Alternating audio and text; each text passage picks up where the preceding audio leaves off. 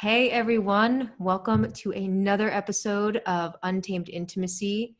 Ani and I are super excited for a very spicy, honest, potentially messy, always real conversation with two amazing souls, Chris and Jon.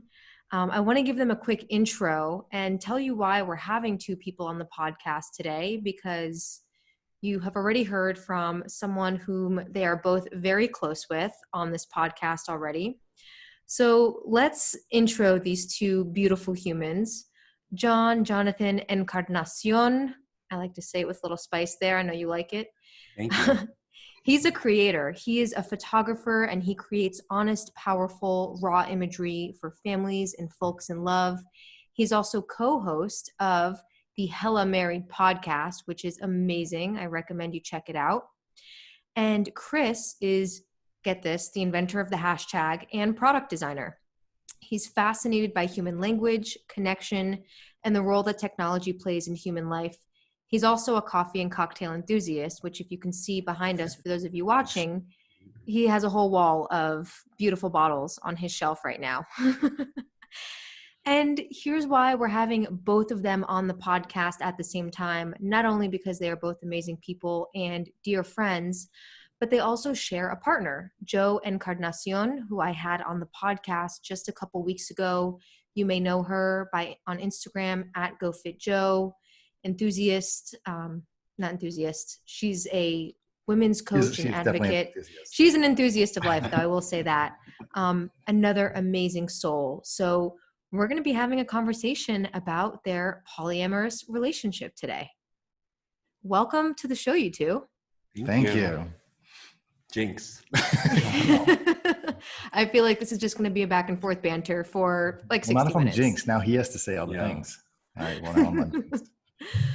So let's hop right into the deep stuff. What was the genesis of this polyamorous relationship? Like, how did this even come to be? Go ahead, you can start. I was like, I don't want to speak on behalf of Joanne.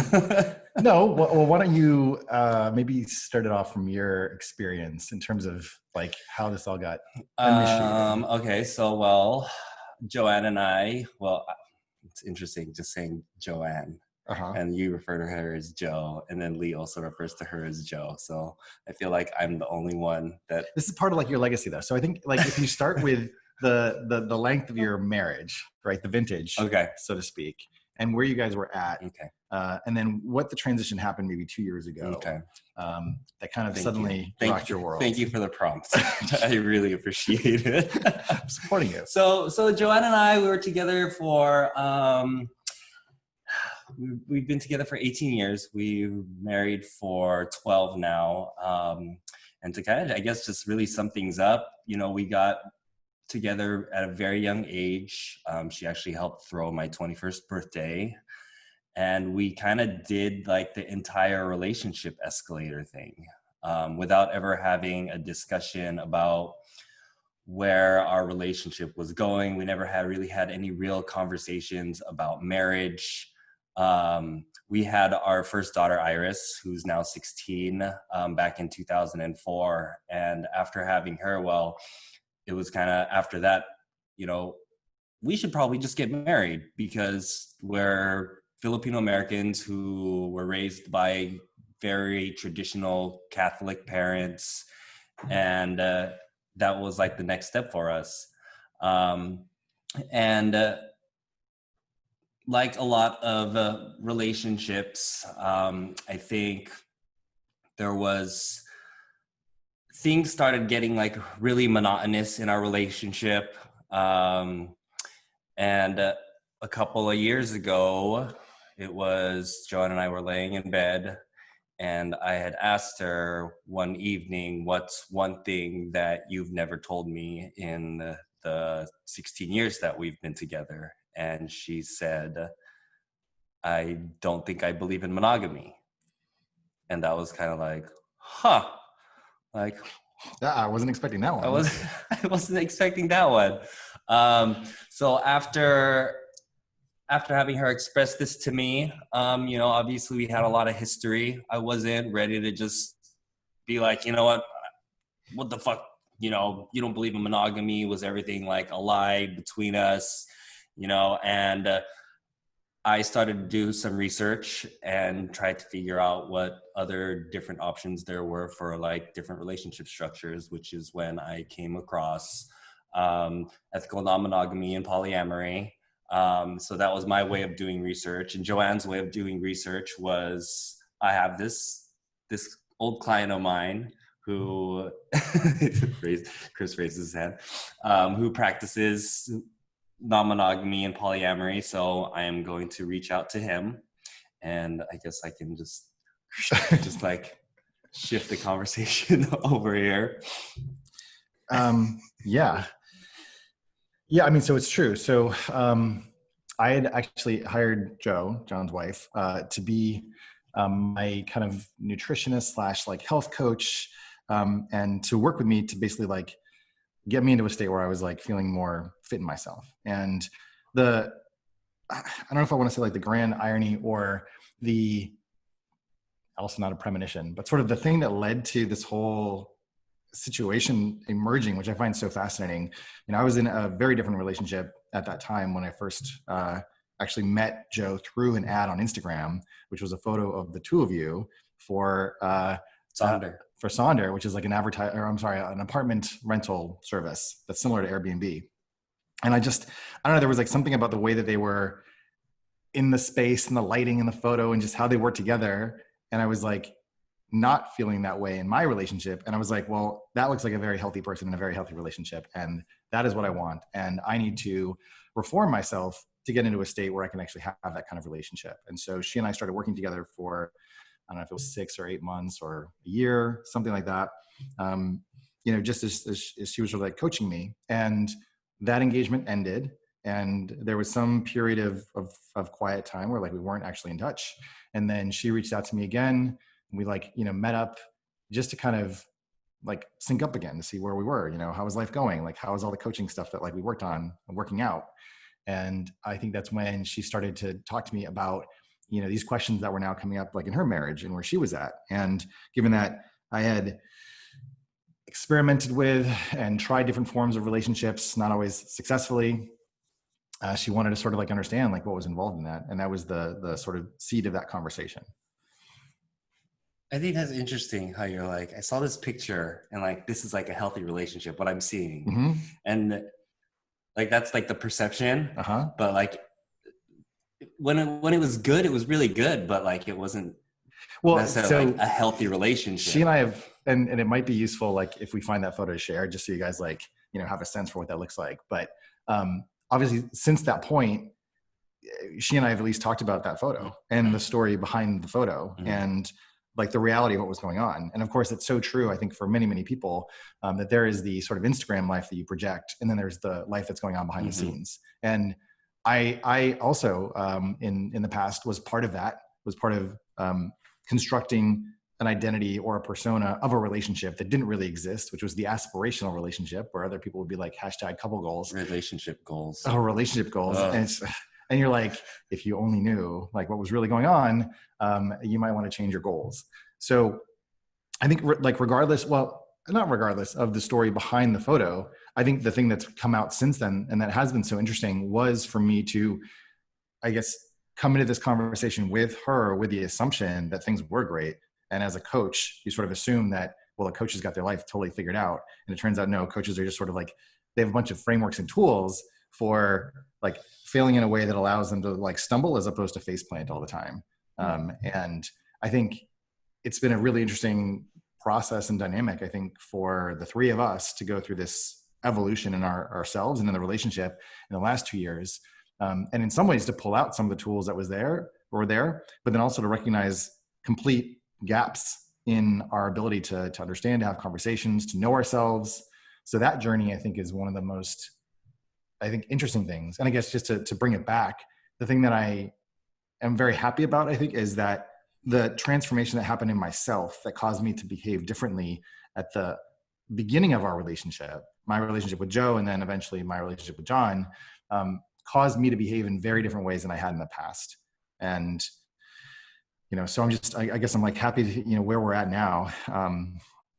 but yeah, it's taken a lot of work. And if, you see the photos now of the three of us looking great, I think actually we do have like a really healthy like dynamic and relationship. It's not like perfect all the time, and we've definitely stumbled. But again, there's been only a few face plants, and I think it's a matter of like helping each other up when that happens, which is, I think, just a very different dynamic in general. Hell yeah. Wow. Thank you for sharing that. I think you guys should contact Sonder again and send them a picture of the three of you Right, so that they can post that now. That'd be for the 3-bedroom apartment. Yeah, so right. I just want to clarify for everyone what the relationship construct is. So you are both partners to Joe. You are not romantic partners with each other. No. Nope. You are good friends though. Yes. Yes. The swords never cross. Okay. The swords, no crossing streams. No. No. Okay. Or nor that. Yeah. None of unless we're trying to capture ghosts in Ghostbusters. Oh my God. Sorry, yes. I have a thing for movie references. They're welcome here. Yeah, all of you is welcome. Like solid skulls, but yes. In real life, the swords never cross. The streams never cross.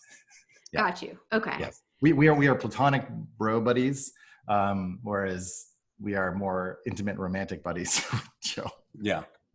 Nice. Okay, so I'm so curious now. You say that it's been a journey for you all to get to the place where you're at now, where there is a healthy dynamic, you're face planting less, you're all willing to have the messy conversations and be on this journey together. I imagine, but correct me if I'm wrong, that it wasn't always like that. I imagine that maybe you two didn't start off as bro buddies. What was that like in the beginning, and how have you gotten to where you are now? Like, if you could sum that up, I'm sure there's a lot of context there. So it's interesting because on our first meeting, we like actually hit it off really well. And I think for me, that was like one of the conditions for Joanne, like when it came to exploring herself in relationships outside of our relationship, that, she expressed to me that she didn't want to just like go around and like just fuck whoever and just like go on like this like sex rampage and just like destroy cities by having sex with everyone. She You're actually thinking of Rampage the game. I am thinking of Rampage the game. She wanted to have these like deep and meaningful connections with people. And for me, my condition was, well, if that's the case, I want to know who this person is. And for some people it's different. Some people have like don't ask, don't tell policies and rules, policies. Yeah, basically. And for me, that just didn't work for me. I needed to know this person. I needed to know that I could trust them. I needed to know that they considered me and like my relationship with her and also my kids, because what her and I have built over the course of 16 years at the time, that was a lot. And it was interesting because when I met Chris for the first time, we met at a bar in the Dog Patch in San Francisco. And it was interesting because the one who was the most uncomfortable in that situation was Joanne. Mm-hmm. I mean, I think it's also worth pointing out, and you guys have talked about this on the Hella Married podcast, is that the way in which Joe and I started our relationship wasn't, there were things that I would probably do differently. I would definitely do differently. But it's always difficult when you're starting a new relationship, especially in a non-monogamous context. And by that, I mean, you're married for any number of years, and one partner, usually it's one partner, decides that they want to open up the relationship to explore other types of connections. And that process is a very challenging, like, thing to do. Like, one, to be the initiator, because then, your partner is like, well, what the fuck is going on? Like, what's wrong? And I don't mean to speak to you, but just in general. And then there's always a question of, well, what is going to be the first step? And what does that look like? Is it like going on a date that's just like platonic? Or is it like, all right, like, rip the Band-Aid off, go fuck whoever you want and have a good time. And I think in our case, Joe and I did jump the gun before you guys had like a specific set of agreements or boundaries like in place.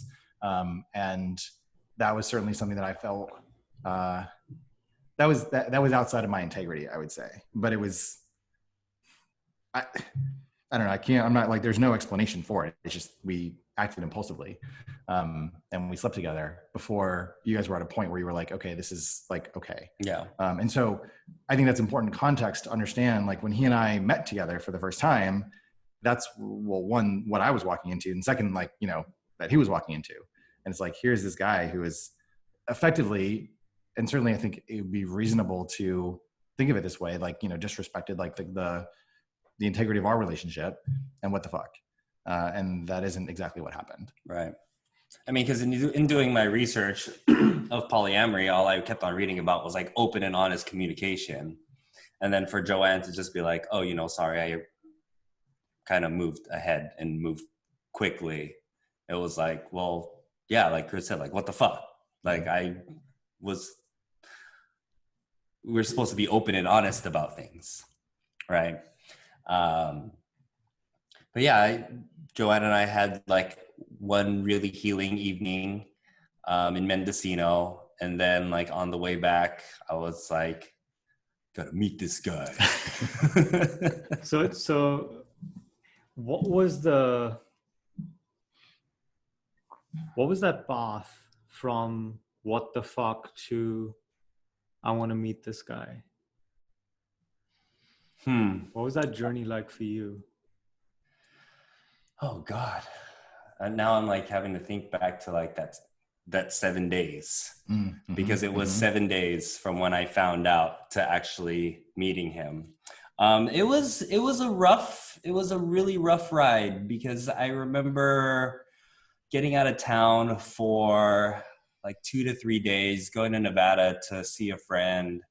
And just in that entire time, I was like really torn between just like throwing everything away or just like opening myself up and writing something new, versus what like society or what like media and culture pictures a couple should do after something like that.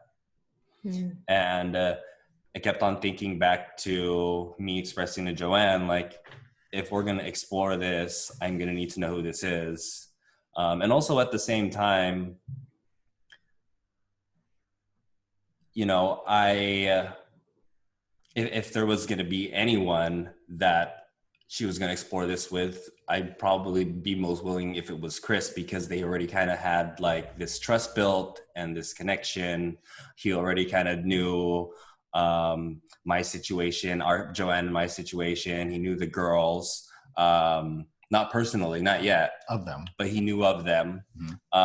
So just with that knowledge, like I knew that although not in that moment, I knew I was being considered. What did you, I mean, have a picture or idea about how you thought this, I guess at the time, exploration that Joe was going through, like how that would actually turn out and what that would look like for both of you? No. No.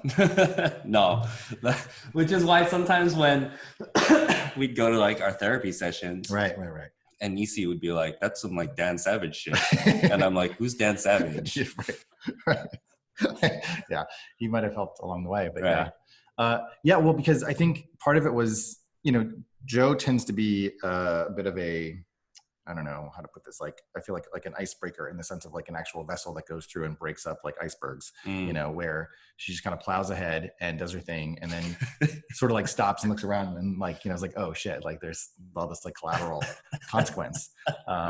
Yeah. And in a way, you know, certainly we were part of that ice-breaking, you know, action, I suppose, like her and I. But then for you, it's like, well, okay, like just go figure it out. And like, I'll sort of be around to support it or something. Yeah. Which like makes it very hard to know kind of, I think just, I don't know, I'm thinking about like your perspective, like where is this going? What's it going to lead to? Yeah. Right. Because you're not saying I want this transformed thing. Yeah. But you're like, okay, I can see that we're at a point now where there's a transformation that's about to happen. Right. And then you guys had like your Mendocino night where it was like, well, let's come back together and like, let's create it. I think it was so beautiful. Like what you guys were doing was attempting to create a new container. Yeah. You're like, okay, so we had like, you know, this marriage, which we've had for so long, which contained us as we were and as we've been. And clearly there's been this rift and either everything just bleeds out or we construct a new container, maybe that's more flexible, that allows us to grow into that new space. Mm-hmm. And I guess, I don't know. I think it's like interesting to me because like when I imagine you're such a visual, like photographic kind of constructor of imagery, you know, it shows up in your photography, but also I think just how you envision things and stories. And so the fact that like this is this big unknown. Yeah. I don't think I had like a vision of what it was going to be like because there was nothing modeled for me. Sure.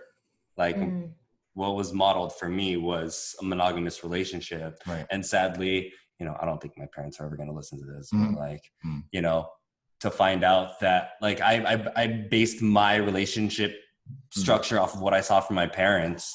And then like I come to find out that there's like after so many years that my parents I'm like, oh, they have this like picture perfect relationship, they raised 4 kids, you know, I come to find out that there's an infidelity, and like I was like one of the last to know.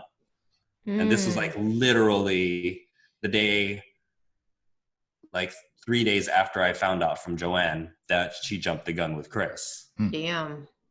And it was kind of sad because when my mom told me my dad was there, and like all I could see was like resentment, like in his character, or shame in his character, and then resentment from my mom. And I was like thinking to myself, like, I don't want that. You know, I don't want to be like in this like drawn out relationship of a marriage where success is based on the number of years that you are together, only to find out that it's just, I mean, it's not that the relationship was a lie, but like that was the container that was built for me. Their coping mechanism for that story in their own life, you know, they probably came to a similar decision point. Yeah. Where it's like, do we take this infidelity that's happened and destroy like the family construct, or do we sweep it under the rug as though it was just like a mistake? Yeah. And then there's no like healing from that, and there's no way of understanding what it was that was being sought. Right. And so, I think that's just such an interesting, serendipitous thing to learn, like right in that moment. Yeah. Yeah. And, you know, this really exemplifies how society portrays this very black and white image of relationships, right? Success or failure, marriage or divorce, staying together indefinitely, or splitting up and having this, you know, whole rift, this whole rupture. Jon, I want to go back to you because that's a lot to experience in a very short amount of time. And it wasn't just the values or belief systems or conditioning that you were handed down from your parents or your lineage, but, you know, those things appear to us as our own beliefs, because when we're inside them, they don't appear as beliefs that were conditioned by other people. It appears like, this is what I believe, you know, this is 16 years I've had this container, which has been a monogamous container with kids, building this life. And I would argue that it takes a special kind of human being to respond, not react. And maybe there was a little bit of reaction, which is totally healthy, but to respond to this change in the dynamic, respond to this new information that's available in such a measured and thoughtful and reflective and considerate way. So my question to you is, what were some of the things you had to navigate within yourself? What were some of those challenges, either difficult emotions, like things you had to confront within yourself to be able to respond in this way? To go in a week from, wow, this indiscretion took place, you know, in the reality that you'd constructed, that you believed in, and you went from that to, okay, like, I want to meet this guy. Yeah.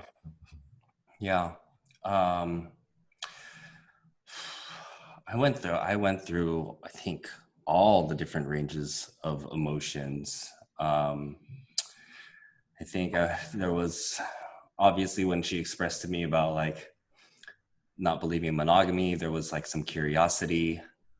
There was a lot of fear. You know, what what would this mean for you and me? What would this mean for our family? Obviously, a lot of anger when I found out that, that she moved forward very quickly, as Chris and I both know Joanne to like be.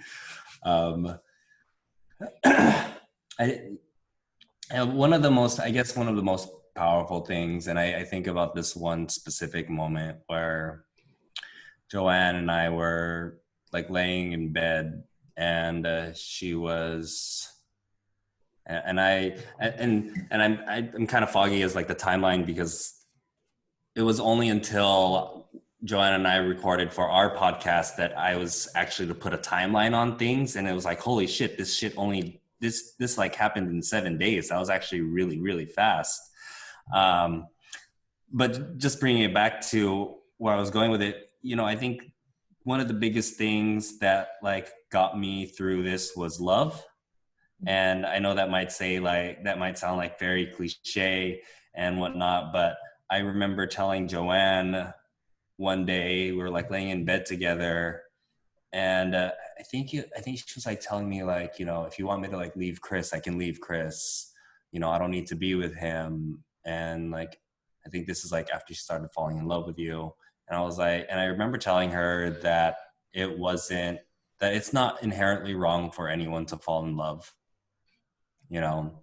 because it's like, and I know as humans, like that's like what we all crave, is to like be loved. And for me, like, who am I to be the one to tell her who she can and can't fall in love with? That's not my place. It's not my place to tell anyone who they can fall in and out of love with, whether or not it's Joanne or someone else I'm in a relationship with, or even Chris. I'm not going to be like, you can't fall in love with this person, because I mean, love is love, right? And I think that was like one of the biggest things that helped me get through, if we're talking specifics of the 7 days, was probably love that helped me get through it the most. Oh, that's beautiful. Now, you mentioned that in this process,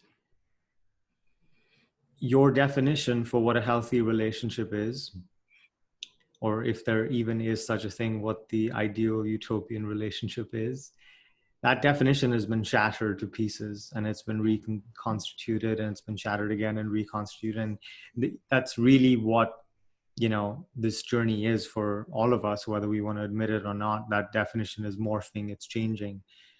And I'd love to hear from both of you, starting with you, Chris, like starting with that ad, starting with what you felt when you saw that image in terms of what the ideal relationship for you could be like. What kind of iterations have you gone through since then? And what does that definition look like now for you? Well, I think the biggest thing that I saw in that photograph that I felt was lacking in my experience was just a sense of comfort and ease. I think the way that like Joe is like laughing in the photo and I think leaning back on you was something that I just didn't imagine being feasible in the relationship that I was in at that time. Things had gotten really toxic, and we were very codependent. And that was a concept that I really didn't understand. And it came from,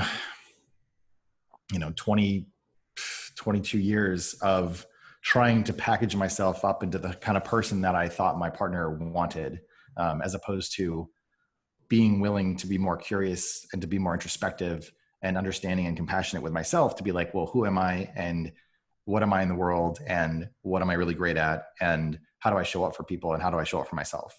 It was kind of like, how do I create the most lovable version of a person by suppressing parts of myself that didn't fit?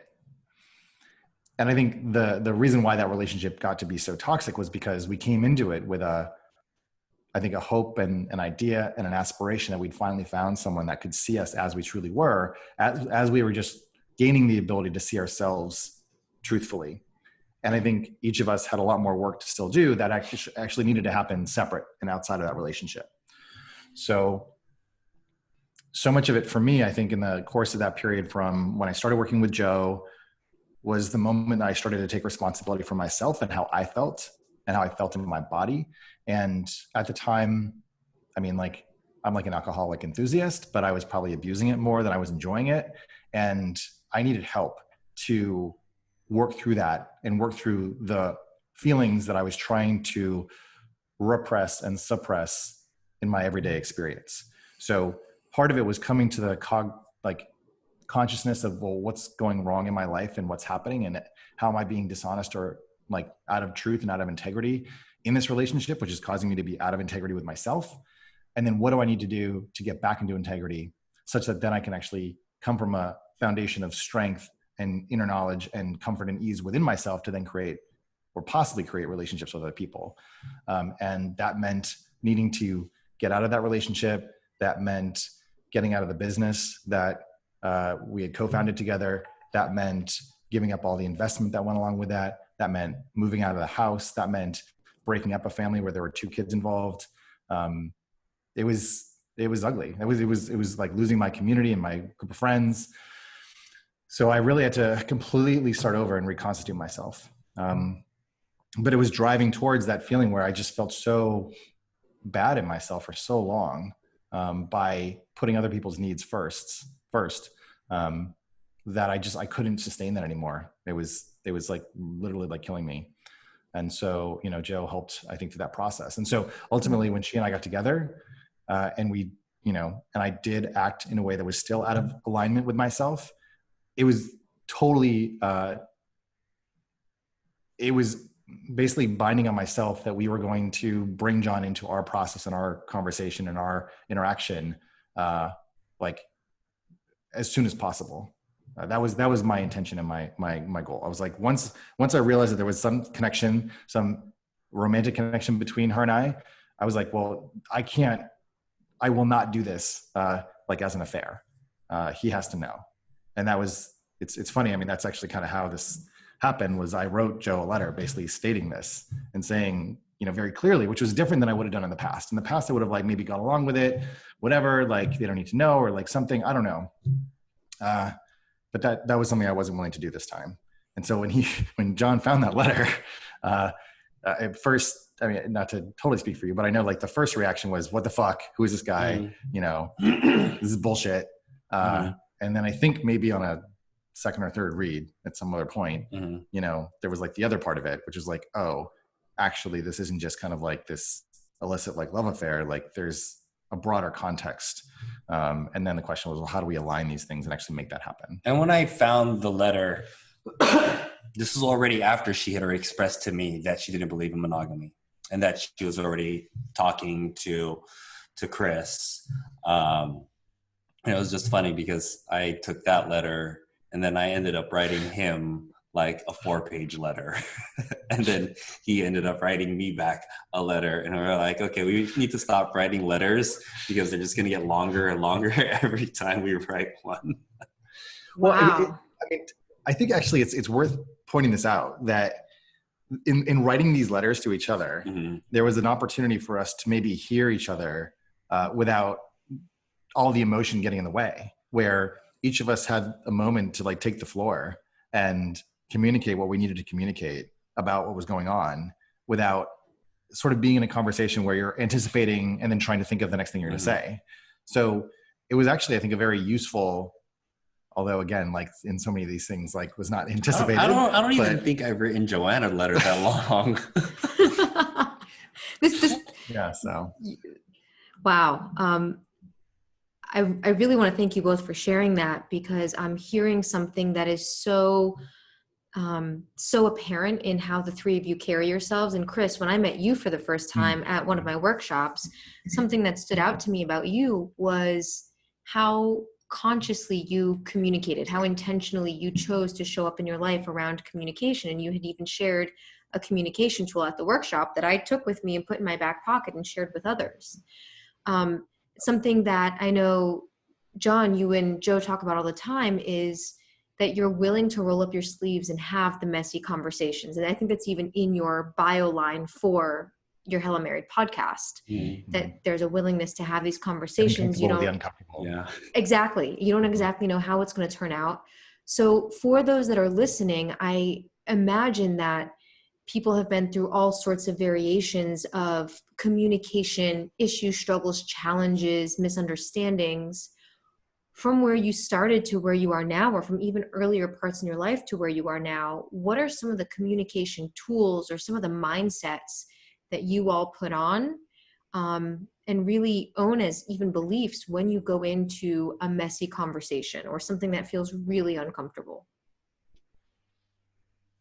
Well, you can start. Well, I was going to actually invite you to talk about the way in which you guys, or like the way in which Joe provides, I guess, a consensual ask or request. Mm-hmm. Do you know what I'm talking about? Yeah, I think so. Ish. Go on. Well, I think you guys have actually had this experience more than she and I have had it, but where it's like, hey, like, you know, I'm approaching you as a friend, or essentially, like, it feels like there are some different ways that you guys have approached these conversations where it's about showing up without your arms, like, I mean, like weapons, you know, like it's not like I'm coming at you. I'm trying to have a conversation with you from this vantage point. And I think because you guys have been together for so long, you can, at least as I understand it, you can switch into a sort of friend mode and listen to her as though she's just like a person in the world, as opposed to this person is saying something that's like deeply personal to me that is causing me to increase in my like irritation or frustration. That was this morning. Okay. So yeah. So I mean, you know, we've been together for 18 years. So there's like a lot of history between us, you know, obviously like sometimes it's much tougher to like get into that. I'm coming to you just as a friend. But I mean, that is like one tool that has like really helped us. Because I mean, when you're in a relationship for that long with someone, it's like, we're best friends, like we're best fucking friends. And when you can start a conversation off like that, for me, I'm more open to it versus hearing something from my partner or like my wife. Right. So, like, is this your wife making the request, or is this a friend that's asking for some feedback or some guidance? Or it's like, I saw you behave in this way and it felt like, or I think it's this, but I don't know if that's actually the case. And sometimes with Joanne, I'll even like express to her, you know, like I want to have this conversation. I'm pulling myself out of my shoes and I'm just like, these are like my observations and I'm coming to you as a friend. There's also, Jon, I think, Jon, like in zooming into that for a second, if you were to deconstruct how you step out of yourself and receive what she's saying without taking it personally, and maybe you haven't thought about this ever this way before, but if you were to do that right now, can you recall any sort of steps or sequences that you can share that might help someone, you know, receive something that maybe feels really challenging in a less personal way and allow them to step outside themselves in the way you've done? Yeah.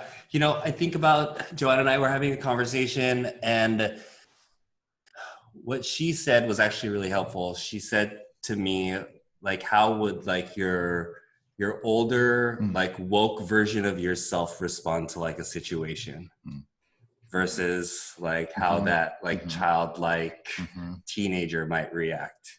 So sometimes even in those situations when I'm feeling like a certain way, I like think to myself, well, what would like old wise Jonathan do?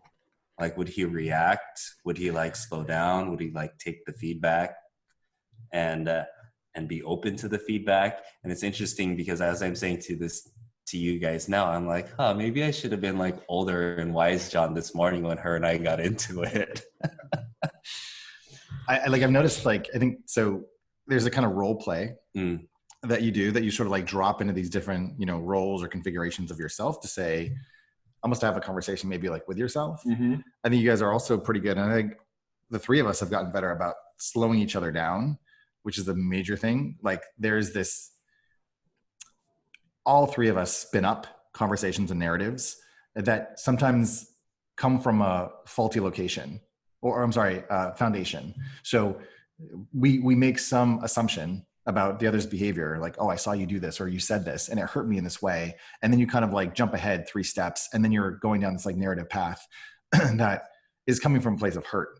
But that original piece of hurt might actually not have been intentional. And yet, because of our own trauma or our own narratives or our own interpretation of things, we just build upon it.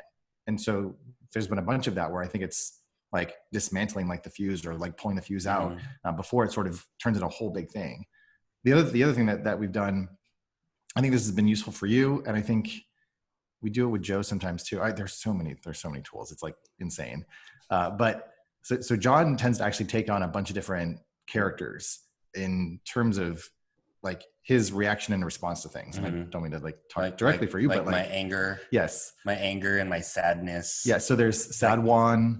We've named them. Yes. We name them specifically. It's sort of in the IFS concept, internal family system, so that we can actually both have a conversation like with these parts, or can kind of empathize with them and what they need and like what's going on. So like there's sometimes when like Jon goes into his raging Hulk mode, which we call Julk.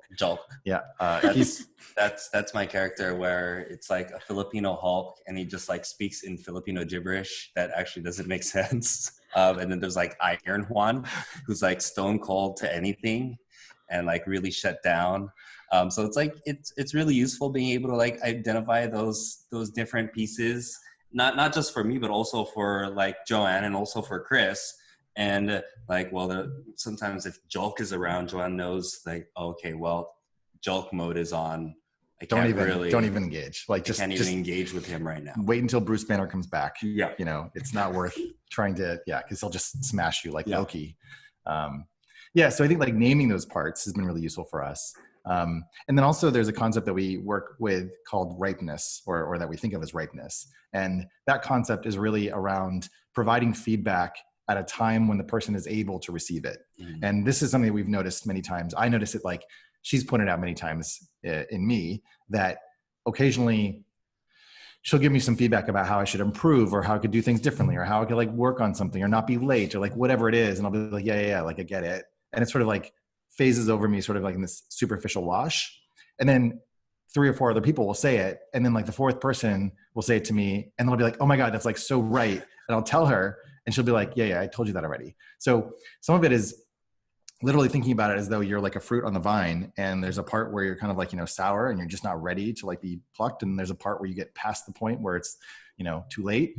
Finding that moment when someone is actually open to transformation within themselves means that they're ready to receive the feedback. And so I think the other thing that we've learned is to really, again, go back to that question of consent. Like, are you ready to hear this? Or I think maybe I need to give you a little more time. Right. It's going to feel like we're all coming at you and piling on. And that's not going to be a useful way to actually give you like a hand up. So we'll let you run around and smash things, or, in my case, like, become moody and disconnected. Lee and Ani are probably wondering why I'm smiling over here. And just listening to this entire, what we're talking about, I'm just thinking about this morning, how Joanne and I got into it.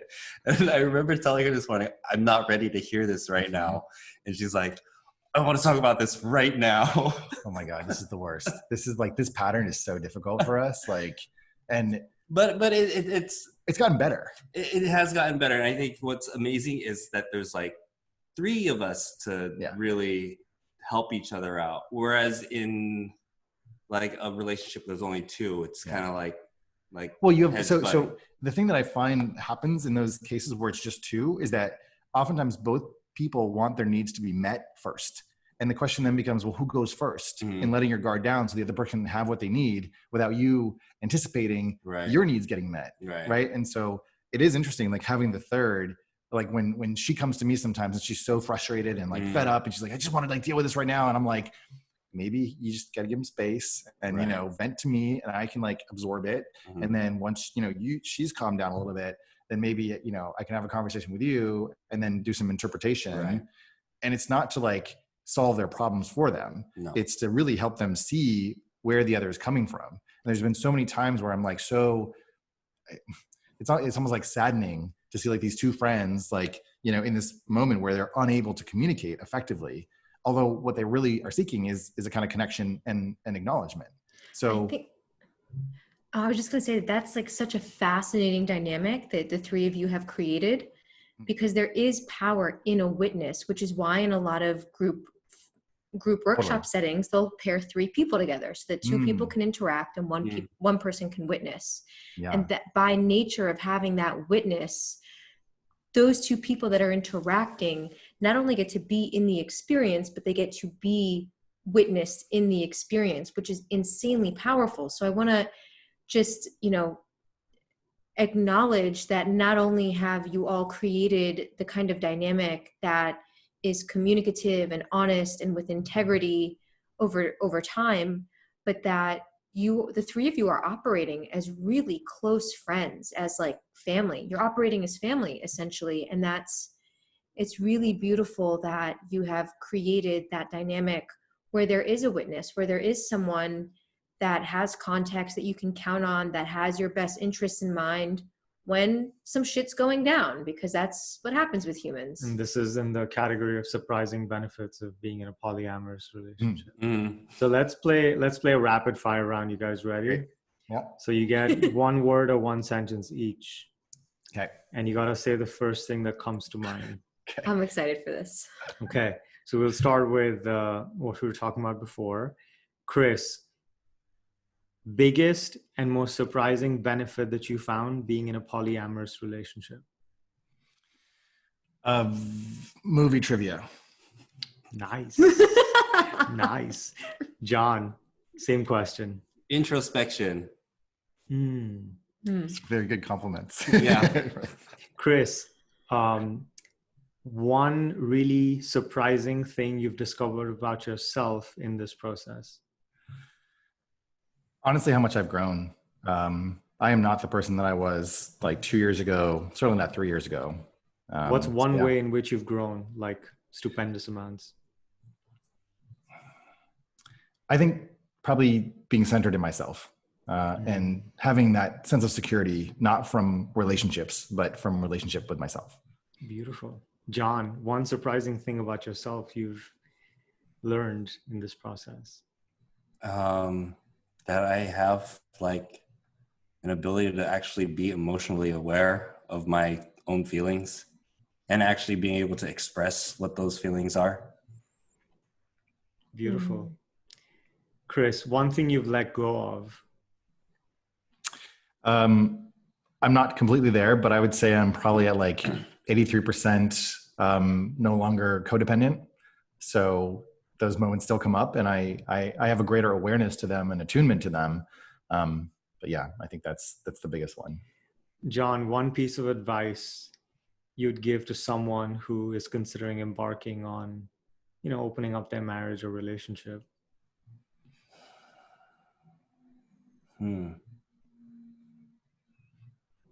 Believe in love, because love is powerful. Beautiful. And for both of you, what is your favorite quality about, all right, this is going to be a multi-part question. One word, one quality. Favorite quality about yourselves, each other, and Joe?